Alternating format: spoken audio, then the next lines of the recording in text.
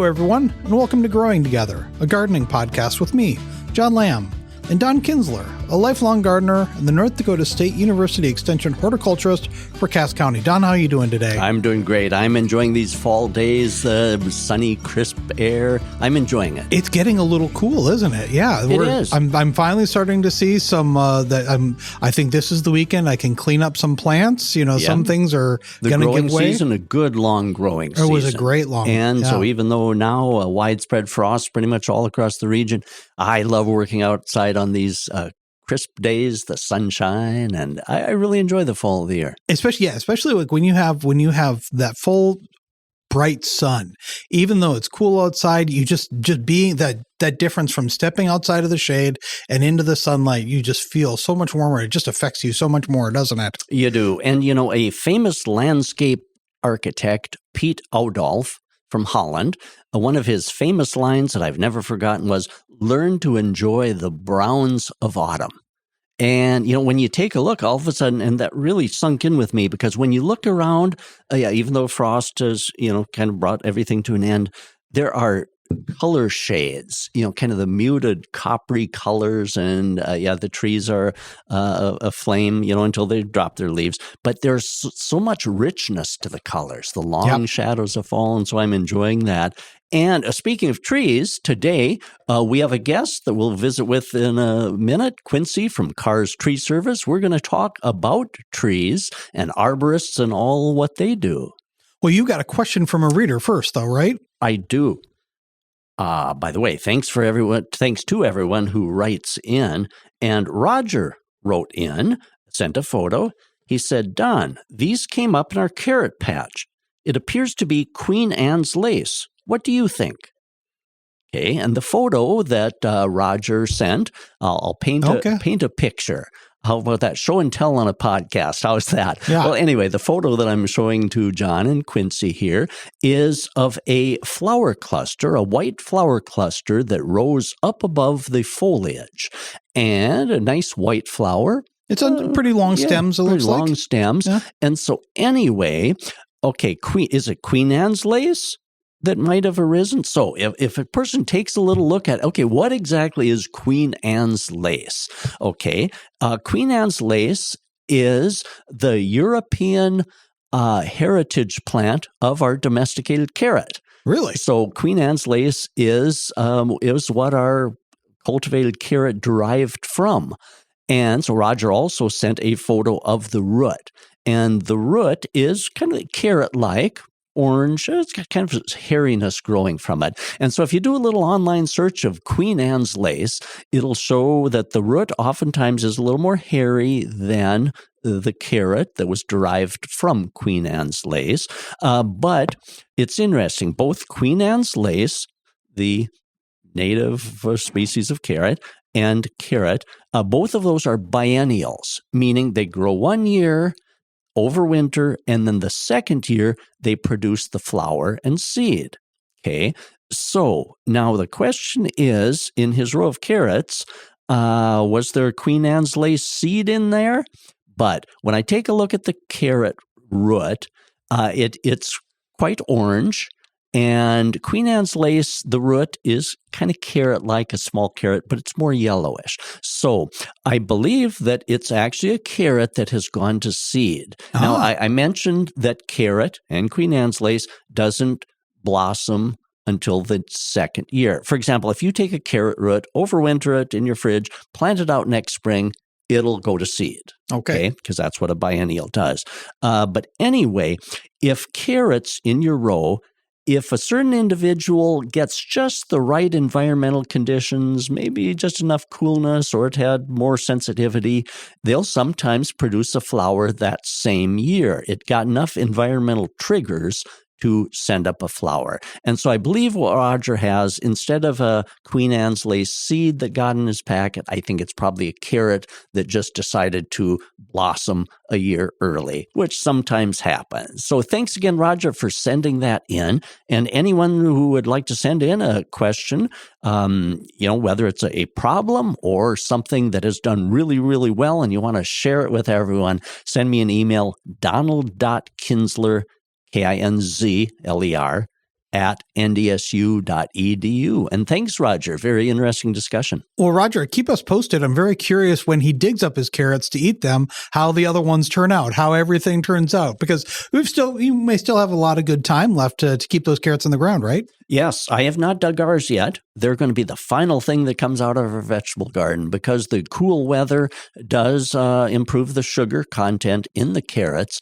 And so, but I want to make sure I get them dug before the frost in the ground prevents me from getting a shovel in. Ah, smart. This is something I'm looking forward to.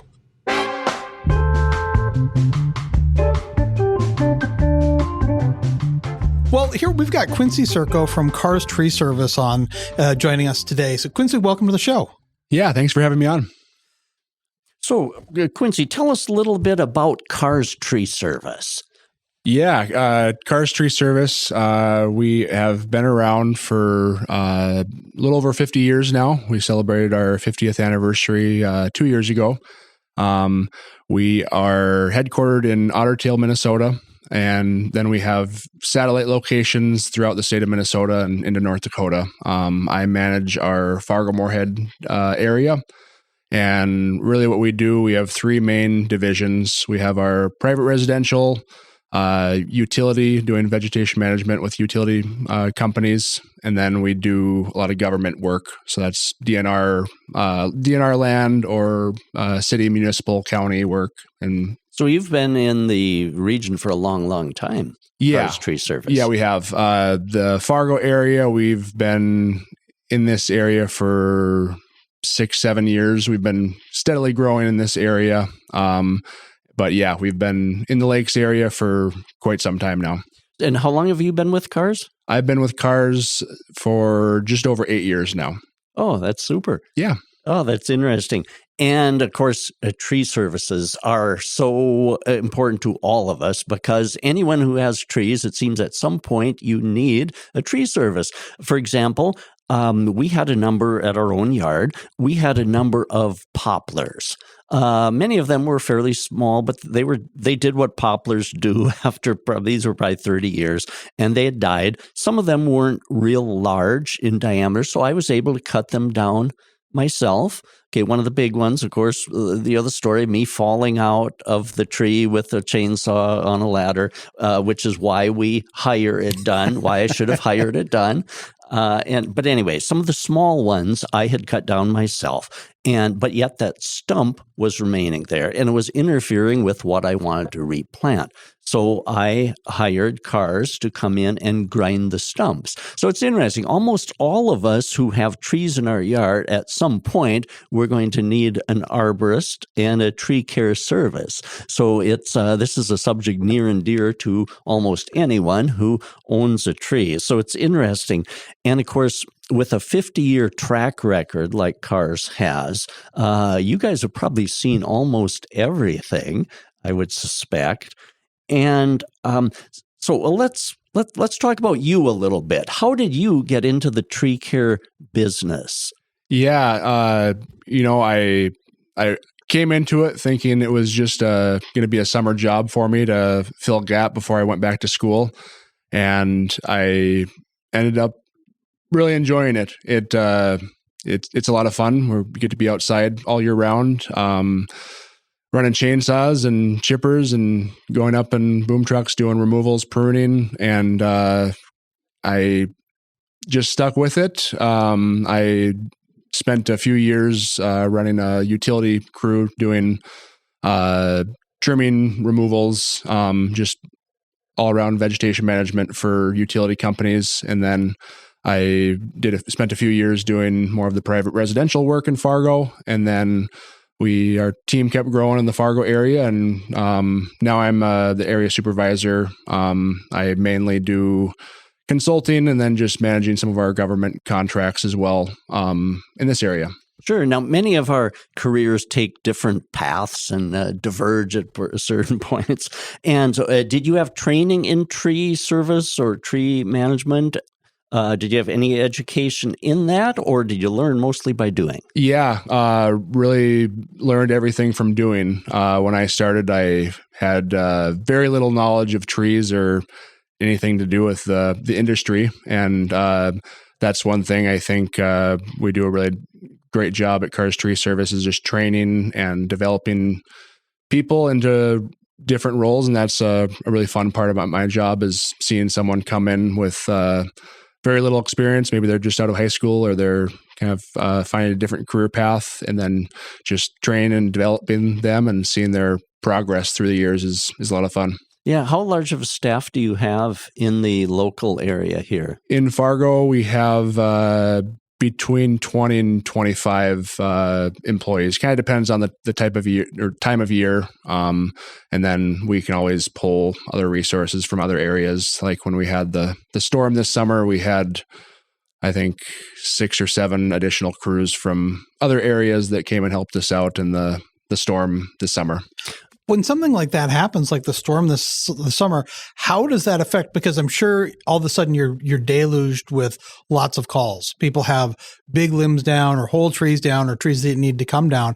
How far out then were you working on those things? And I suppose you kind of base things on what's necessary now versus what is maybe can be put off a little bit. Yeah, it can be a bit chaotic, but I think we did a good job this year managing it. It's kind of similar to triaging. What's the most important? Usually, we're gonna priority one is going to be getting trees off houses or structures, and then after that, we move to just down trees in yards or blocking roads, driveways. And then once we're caught up with all of our down trees, then we'll be looking at just shelter belt trees that have downed limbs and smaller scale stuff. And then it's kind of back to normal life and try to catch up as best we can. We're still dealing with a little bit of that now because when the storm hit, we were already about a month out on a lot of our work.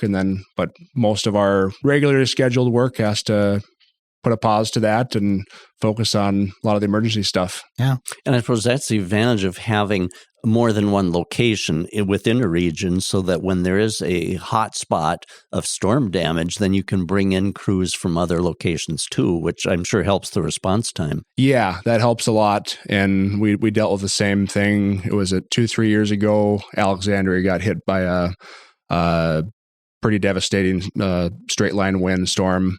And we sent a lot of our guys from Fargo up to Alec for a couple weeks. And yeah, it's always fun seeing different guys from different areas doing things that they're not particularly used to or in different areas. And it's really fun seeing those communities that's a great thing about North Dakota is you help your neighbor out. They're like communities like Hunter and Arthur. There's a lot of community engagement, involvement, helping each other out. Sure. Now, if there's a younger guy or gal out there that thinks, gosh, a tree care business, that sounds kind of fascinating to be a part of that team. So do you train them, or is there some type of knowledge that it would be helpful for them to have coming on board? Yeah, we're willing to train anyone that has the right attitude and mindset. We have our training system. So we are accredited through the TCIA, which is the Tree Care Industry Association, and we have adapted a training and advancement system through them. So part of our onboarding process and advancement structure is going through a lot of online training, going through modules, and just learning as much as we can about safety and just general trees. And then as they advance in their career, they get assigned a new project in the system. And then it's that in combination with their on-the-job skills. And it's a great system to set someone up for success. But we always will interested in finding people that do have tree experience too. So sure, exactly. And of course, Todd West, who we've had on our program, NDSU Woody Plants, the director of that improvement program, he also teaches college courses. And one of the college courses that he teaches is tree climbing, which was not a course that I had, which that might have benefited me. So instead of falling off a ladder, I could have climbed the tree. But so it's interesting. But so I'm sure then you train people in what they need to do, either tree climbing or to be comfortable in a boom truck. Yeah. We, I would say our climbers are fewer than they were years ago, just because there's been so many advancements with equipment. I mean, we have a bucket truck or a tracked lift that will fit through a 36-inch gate that goes 70 feet in the air. So that makes it pretty awesome to use equipment versus climbing, just because it can be a lot more efficient and safer. So, but we do still have the guys that do like to climb. They're just fewer than they used to be, just because they're not as necessary. Well, I've seen some of those boom trucks that are just amazing that can eject the boom quite a distance out. So, and like you say, you can fit that one through a gate to get into people's backyards. Yeah, and that's very important, especially in Fargo when we're dealing with a lot of small yards. With limited drop zones, sometimes we'll get a larger truck in there. Wintertime can be a good time for that when the ground's frozen. We get a little bit heavier equipment in there if we were doing a larger removal. But yeah, those tracked backyard buckets are an awesome piece of equipment. That's awesome. Well, after a break, shall we take a little closer look at some of the services that Carr's offers?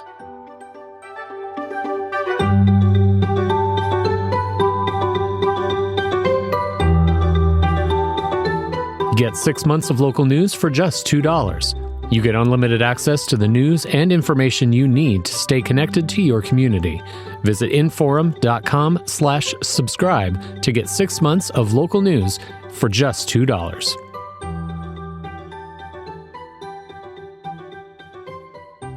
All right, we're back and we're talking with Quincey Circo from Carr's Tree Service. And so, Quincey, let's talk a little bit about this.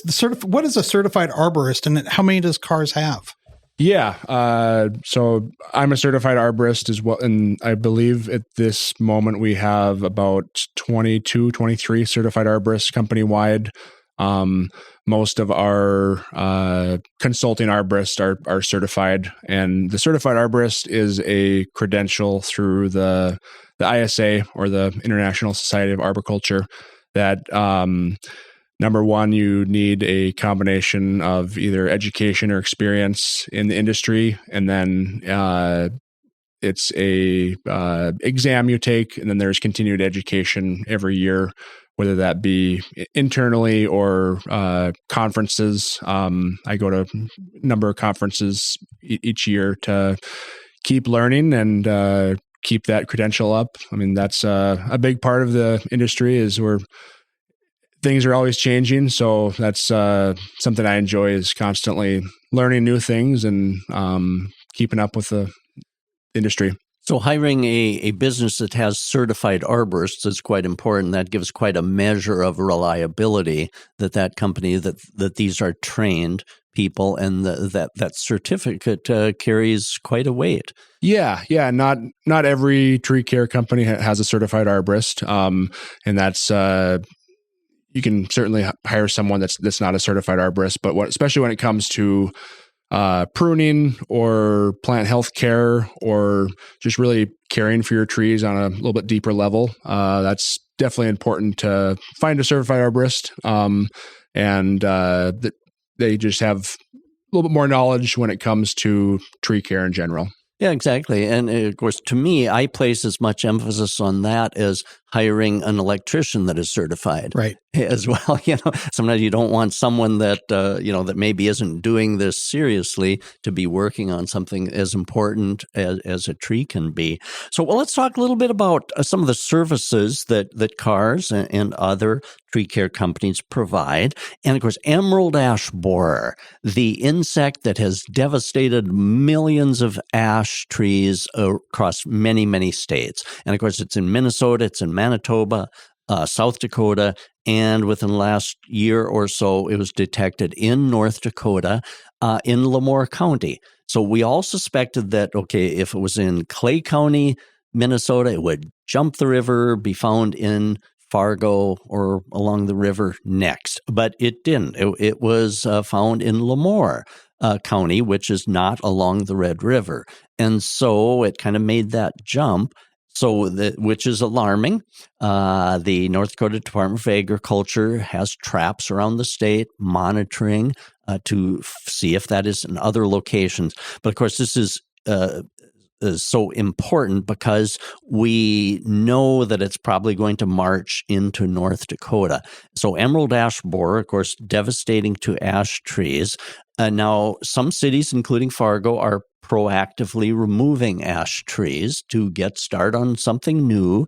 And because once the emerald ash borer gets into a tree, cuts off its circulation system, that tree dies, of course, and becomes very brittle. So now I've heard that is a challenge, too, for tree service companies because those trees become kind of dangerous. So what is Carr's looking for to the kind of in the future, how to address the onset of what is likely to come?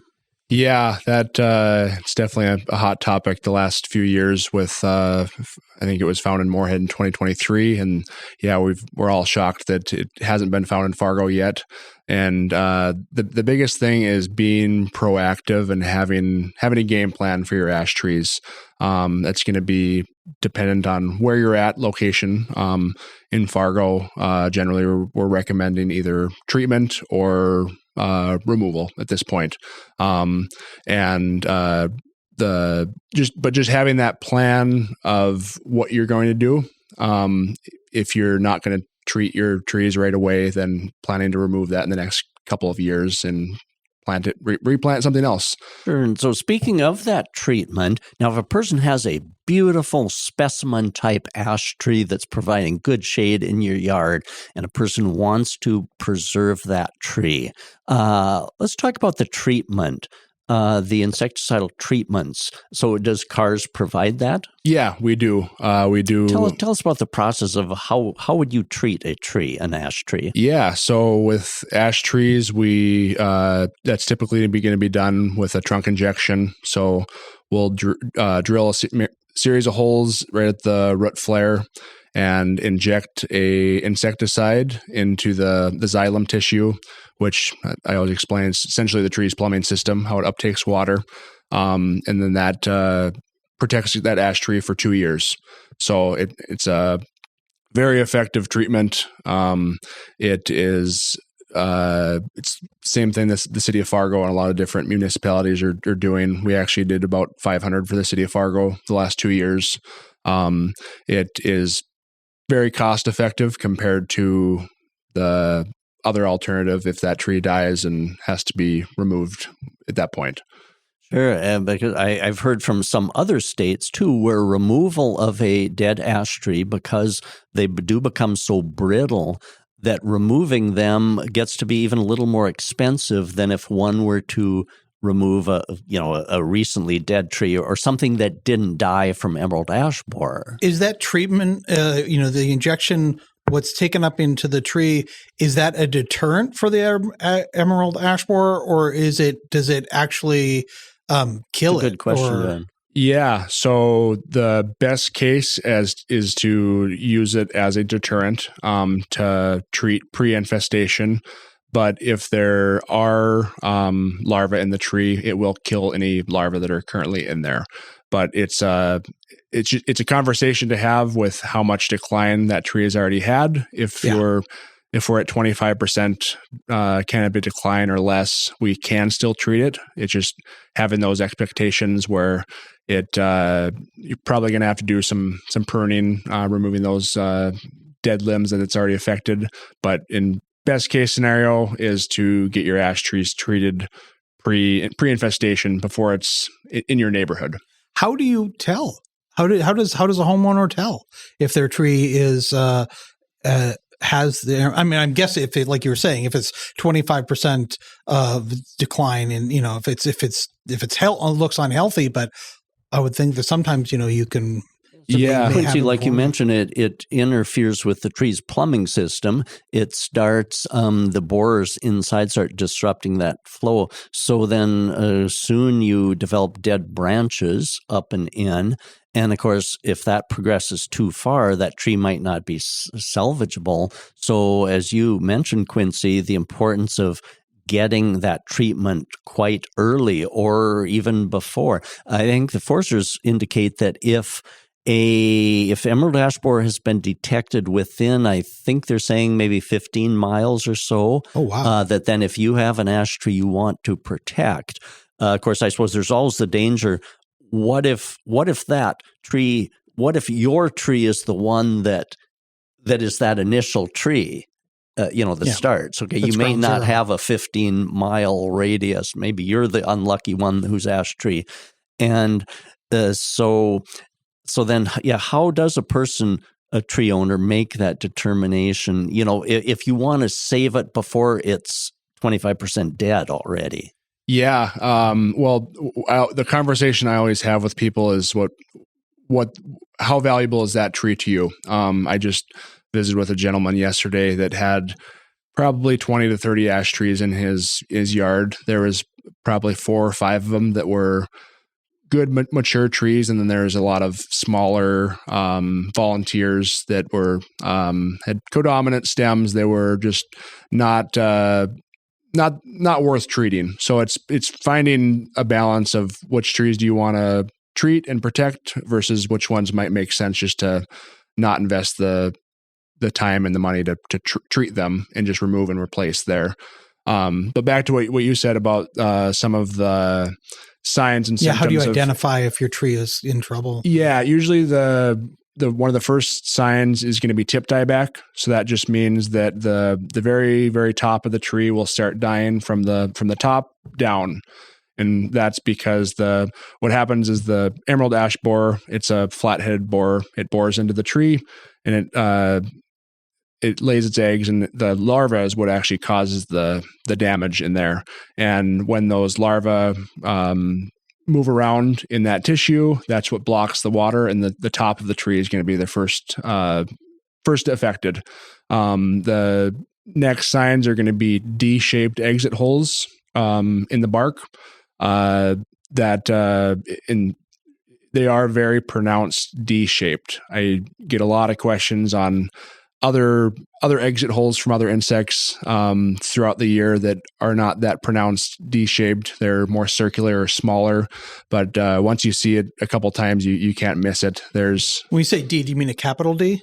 Correct. Okay. Yeah. Okay. Because they're a flat-headed borer, so they're the one side of that beetle is very flat, so it's very pronounced. And rounded D. on the other side. Oh, wow. Okay. Yeah, and the adult beetles, I think, are rarely actually seen. It would be hard to, you don't see your ash tree covered in these. They're kind of a coppery green. They'd fit on a penny, maybe half a penny. And so I think people rarely see that adult beetle. And so it's not like your ash tree is going to be covered with these beetles for you to see. And so oftentimes it's the symptoms. Yeah, it's the symptoms. They lay their eggs, so and then sneaky. It is very sneaky, and then at that point we can peel off some bark, and then the thing to look for is the serpentine galleries, as they call it. They're going to be S-shaped, the galleries, as what those larvae are moving around and doing that damage in that tissue. So when an autopsy is done, you see those serpentine winding galleries back and forth. One thing interesting that some of the foresters look for too, for the earliest signs, is woodpecker activity. Woodpeckers stripping off the bark. I think they refer to it as blonding, maybe because instead of the outer grayish bark, they've peeled and exposed some of the under, so it's kind of a blonde color underneath. And so apparently woodpeckers must hear these borers in there, and they're peeling off some of the bark to try to get to those borers. Now, it could be other type boring insects too, but sometimes they'll look at and look suspiciously at trees that are being attacked by woodpeckers peeling off bark. Well, in general, as well. If you've got a woodpecker on a tree, it's not a good sign for the tree, is it? It's not, no, but there's some kind of insect in there, or there's something in there that the woodpecker's getting at. Yeah, whenever I see ash trees with woodpecker damage, I definitely take a closer look, just because that can definitely be a sign that they're in there. Well, another common question that I get all the time, and I bet you do too, Quincey, is yellowing on maples, especially in our heavy soil in the Red River Valley and other points. maples that have turned yellow. The leaves are yellow, and sometimes there's branch dieback. And so we've talked before on this program about iron deficiency chlorosis.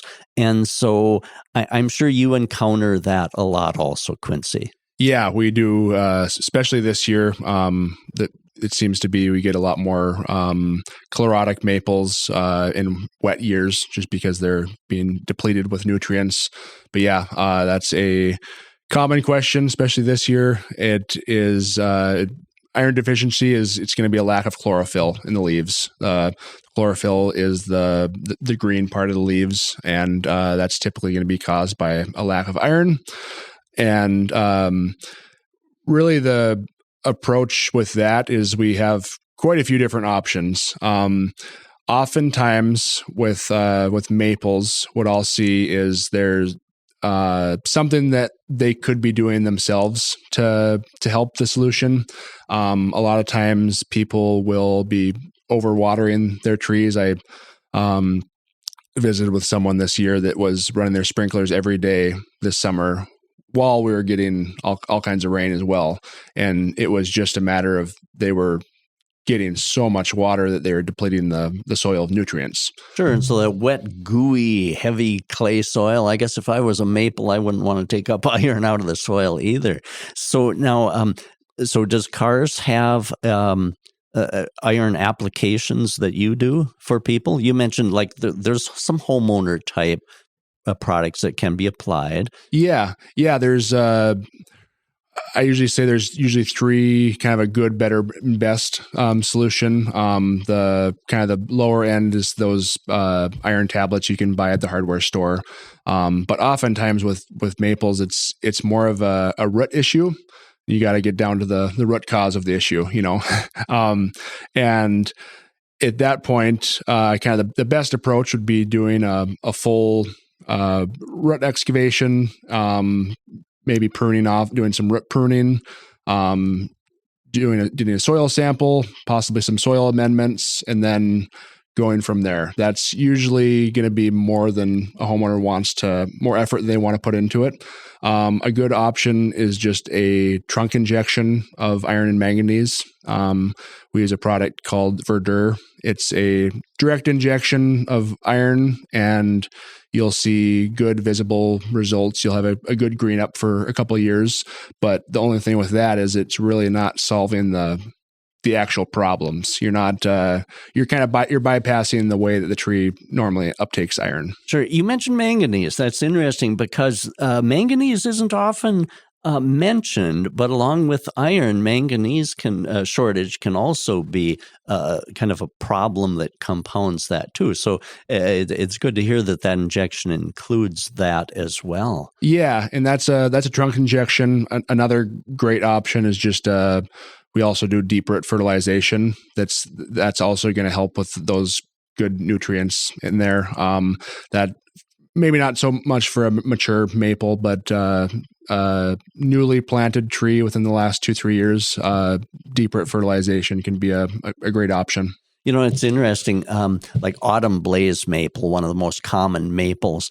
And it's interesting. You can go down a street and someone's autumn blaze maple will just be thriving and colorful and beautiful, nicely formed. And then a couple blocks down, they're yellow, chlorotic, branch dieback. And so it's interesting. And I suppose, like you said, Quincey, so much has to do with the soil. You don't know how the soil was backfilled and kind of what quality soil or what the fertility might be in it.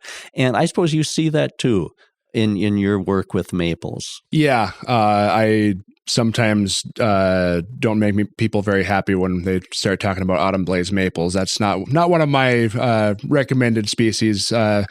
People love them with the fall colors and all, but they can be tough trees to deal with. Their structure can be really developed in that clump form and just not great structurally. And then, maples always have a tendency to girdle roots as well. So they just take a little bit more care, which a lot of people aren't. They either don't know about it or they're not willing to put in the time and effort for. I suggest that if someone wants to be certain of a tree, fairly certain, don't plant one of the autumn blaze maples or related species. But if you'd like a tree over in another area where if it makes it, beautiful, and if not, you're okay too. So now it's interesting. Let's about other disease type issues. Now, gosh, we had a wet year, middle of summer, really prone to many diseases. Were there particular types of diseases that you saw on trees this year? Yeah, there's a number of different things that are caused by this wet spring. Really, it's been in this area the last 2 years have been incredibly wet. Apple scab has been a one that I saw constantly this year. Apple scab is a foliar fungal disease that'll attack apples and crab apples. That you'll see those brown dots in the leaves and on the fruit as well. Depending on the severity level, we definitely can do foliar fungicide treatment in the spring for those. That will, in most cases, wipe that out. But on less severe cases, usually I'll just make some recommendations on what the homeowner can do themselves. Oftentimes, there's going to be some poor drainage. I always tell people, if we're getting a very heavy rainfall, go look at your trees and see where that water's pulling up. Because oftentimes you'll see there's almost a bowl shape right at the base of the tree, and water pools up there.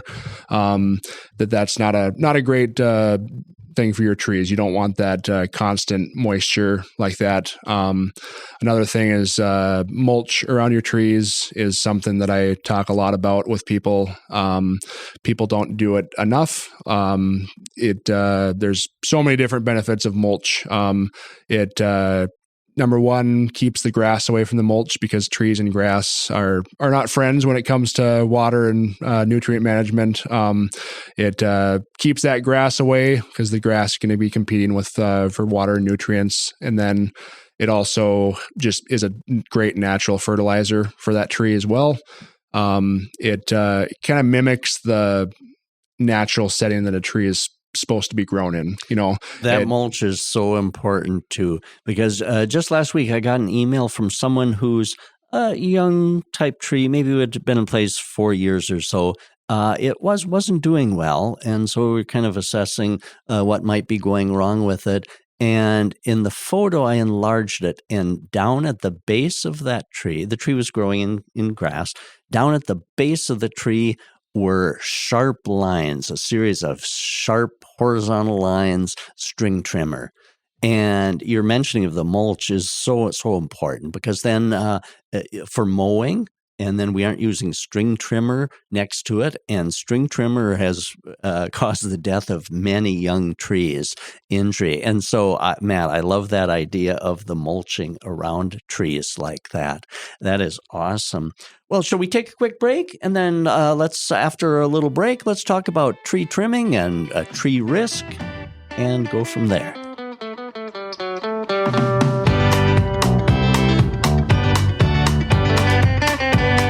If you're loving this podcast, be sure to check out our full lineup. From news and local politics to sports and true crime, find your next great listen right now at inforum.com/podcasts. That's inforum.com/podcasts.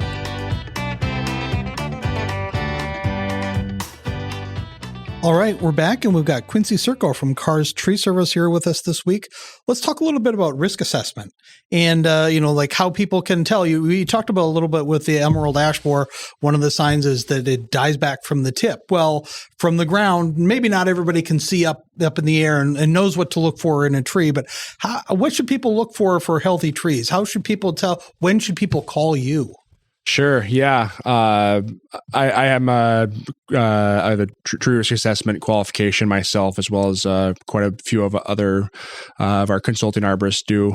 And really, the entire premise of tree risk assessment is number one, you identify either the tree or a part of the tree, and then we're going to talk about how likely is that object, or how likely is that subject to fail? Is it very likely? Is it somewhat likely? Is it an imminent threat of falling? And then number two is, what are going to be the consequences if that tree or limb fails? So was speaking with a gentleman yesterday that he has a willow tree that's in really rough shape. It's got a significant amount of decay, and it's kind of in a clump form, which we usually don't like too much. I would say it has a pretty significant risk of more limbs falling within the next year. But it was in the corner of his yard where there's really no major consequences if that tree were to fail. So I told him, if you value this tree, you just let it go, and if something falls, we'll come clean it up. But if it was next to his house, that would obviously be a completely different conversation. So it's finding the balance of likelihood of failure and then the consequence of failure. And that could be, we could talk about that with the entire tree failure, or just in different components in the canopy. One thing we always look for is with codominant stems, which just means there's two equal stems that are the main component of the tree. They look for the union in that codominant stem. Oftentimes when we have a codominant stem, you'll have included bark, which just means they're both those stems are growing, and then as you get in the middle there, you start to get some rot, and just it's a very weak union. So at some point that tree developed a Y, in which you've got two big trunks each going off, kind of shaped like a Y. And boy, when those trees age, you can just feel what must be the stress, on that central point that they're both arising out of. And, it's interesting, Quincey, I get quite a few emails from people, photos. Sometimes they'll ask, can you come out? Is there someone there that can come out? Well, I'm actually the only horticulturist for a population of 200,000, so I can't make house calls anymore. And when people ask, do you think this tree is safe? Maybe it's next to their house, close to the roof line, or sometimes people will call because their neighbor's tree is close to their house, and they're wondering, we're concerned. Can you tell us whether or not our neighbor's tree is safe?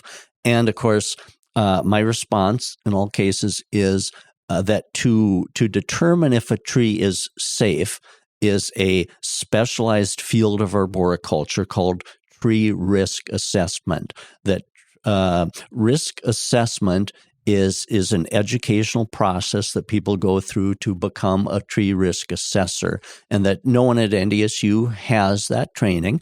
So we refer them to certified arborists who have that tree risk assessment. So thankfully, Quincey, companies such as you have tree risk assessors then that can provide that service to people, because that's a big concern of people. Is this tree, do you think it's in good shape, or is it going to come down on my roof? And of course, then big trouble then. So it's interesting. So I like the how you described how you take a look at a tree and determine if it's structurally. How do you know? It's interesting. Sometimes you don't know what's happening on the inside of a tree. Are there things that you look for, like to determine is it structurally sound in the middle, or is there rot? What are some things other things that you look for? Yeah. A big one is fruiting bodies on the tree or mushrooms. That's always going to be a sign of decay, and that's a red flag. And then there are other species out, like box elders, for example. They have a tendency to look all well, but then as you start to cut into them, they're completely hollow. They're relentless. They can remember that from some great big ones when I was a boy, cut down. And when they cut them down, the inside was just hollow. Yeah, and the crowns look perfectly healthy. Exactly. And so, there's definitely some species to watch out for, like our soft-wooded trees like poplars or willows. we don't see those the whole tree failures as much, but you see broken small limbs just because they're so soft and brittle. I appreciated your comments about the mushrooms or fungi growing on trunks, because just last week I got an email from someone with a photo, mushrooms growing out of the trunk of their tree, and they're wondering, how do we get rid of the mushrooms? But then I explained how the mushrooms are usually secondary. Something has gone wrong with that tree trunk, and so they're likely growing on rotten wood. So the mushrooms aren't really the problem. Something else caused the rotting. And so I appreciated your indicating that people can watch for that as being a visible sign that something has gone wrong and might be weakening that tree. If somebody has like a tree and a branch is, let's say, growing over like power lines or something like that, and they're concerned about that, should they call you or should they call the power company? Oh, that is it's going to depend on your power line company, but we do a lot of power line clearance, so we are we're certified to work near power lines. We do that for a lot of different contracts. So it all depends on what kind of power line it is, who it is. I mean, oftentimes locally, if it's just your secondary one that goes to your house, that's going to be on the homeowner's responsibility. And we do a lot of that work, just clearance around the secondary wires. Uh-huh. You were talking a little bit earlier about when a tree will branch off into two similar trunks, and if you're seeing a little decay in there, I'm sure while the internet is great for a lot of things, people see a lot of videos and think that anything can be done. One of the things we see from time to time is that someone will drill a hole through the two trunks and attach a cable and then secure them on both sides. Is that something that is effective, and how often? I mean, because again, you see something online doesn't necessarily mean that it's something that you should believe in. Yeah, that can be very effective. It just has to be done correctly by I've seen a lot of homeowner versions of cabling and bracing that isn't the best for the tree, or it's really not doing a whole lot to protect the tree. But we do static cabling and bracing, which is typically going to be a rod through the main union and then a steel cable up in the crown about 2/3 of the way up. We also do dynamic cabling, which is going to be so usually we'll use dynamic cabling if there's not an actual defect in the tree. What it's going to do is give that tree room to move. So if you picture two ends of the trees, we're going to put a sling from one end of the tree to the other and have a little bit of slack on there. And really that dynamic cable is just there for the event of a heavy wind or a big load on that tree. It's just going to help protect it. It's good analogy is the cable and bracing is like a stiff cast on your arm versus the dynamic cabling is more of a sling where you still have room to move around. It's just more of a prevention for something happening. Now, I suppose, let's see, if a tree needs removal, whether it's dead or if it's deemed unsafe, total removal, I'm sure, is done anytime. How about tree trimming? If there's just maybe some dead branches, or you mentioned you do a lot of power line trimming, what are the seasons of trimming that you have found work best? Yeah, well, the most optimal time to prune any tree is going to be when they're dormant in the wintertime. We still do pruning in the summertime, but that's going to be usually our minor pruning if they need to get it away from the house, or if they need to get a branch trimmed off that's not safe. Obviously, we can trim anytime if there's a safety or if it's a clearance issue. But when it comes to like a heavy dead wooding or crown cleaning or structural pruning, that's going to be the best time to do that is in the wintertime. Wintertime, this is a great time to do structural pruning. That's something that I think people don't do enough of on young trees. And really the main premise of structural pruning is to eliminate those codominant stems when they're young. You want to have one strong central leader And then you want your scaffold branches coming off of that central leader. And sometimes when the tree is really young, it includes leaving temporary branches because you never want to prune a tree just because I think it needs a good pruning. You always want to have intention, because anytime you're removing tissue, you want to have a reason behind that. So now that's wonderful advice for someone that has a fairly young tree, to take a look at that leader, to make sure that it is not developing that codominant, that Y in the trunk that 30 years down the road is a spot where it can just split apart. And so, that's good advice to people with young trees. And I'm sure, in most cases, they're doing that themselves. They aren't probably calling a tree service in to prune their young tree like that. But what are some other advices to homeowners, whether it's, doing their own pruning or using chainsaws? What are some other advice to homeowners when maybe they aren't needing to call a tree service yet? Yeah, absolutely. Well, we already talked about the mulch. That's one of my favorite things to talk about with people, just because that's often overlooked. But when it comes to pruning yourself, that's definitely something you can do at home. I just always recommend people either look up or figure out the proper cut. You often see people, they'll leave a 6 to 10 inch stub on a tree, and we don't want that. That promotes decay, and that can spread throughout a tree. Very important. It's something fairly easy if you Google proper collar cut, it's you want to leave you don't want to do a flush cut and cut into the parent branch, but you want to leave that collar there so that a tree can heal on itself. And that's a good thing to remember. Just proper cuts. Take your time. It's oftentimes, if you're trimming off a larger lateral branch, take that in a couple sections. Don't try to make one cut. Oftentimes that'll tear off into that parent limb as well. But just in general, just safety. Chainsaws are a very dangerous thing. Tell us some of the safeguards and some safety measures with chainsaw that you've learned. Yeah, I mean that's something we take very, very seriously, is just safe work practices. PPE, always want to have eye protection. That's even with eye protection, you get sawdust and things in your eye.